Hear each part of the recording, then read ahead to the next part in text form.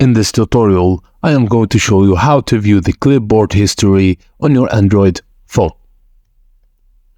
If you're using a Samsung phone with the Samsung keyboard, follow these steps. Go to Settings, General Management, Keyboard List and Default. Default Keyboard and select Samsung Keyboard. Tap the gear icon next to Samsung Keyboard to open its settings. Scroll down to the Style and Layout section and toggle on Keyboard Toolbar. Open any app where you can type text and then tap the text field to bring up the keyboard.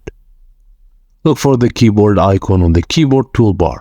If you don't see it, tap the three-dot icon to reveal more options. Swipe across the menu to find the clipboard icon. Tap and drag it at the top of the keyboard toolbar for easy access.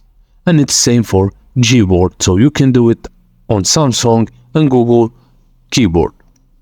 Tap the clipboard icon to reveal the items you've copied. To pin or erase them, tap the pin or trash icon, then select the items you want to pin or erase.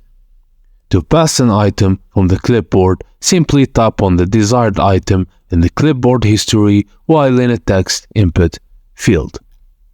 And that's it, guys, as simple as that.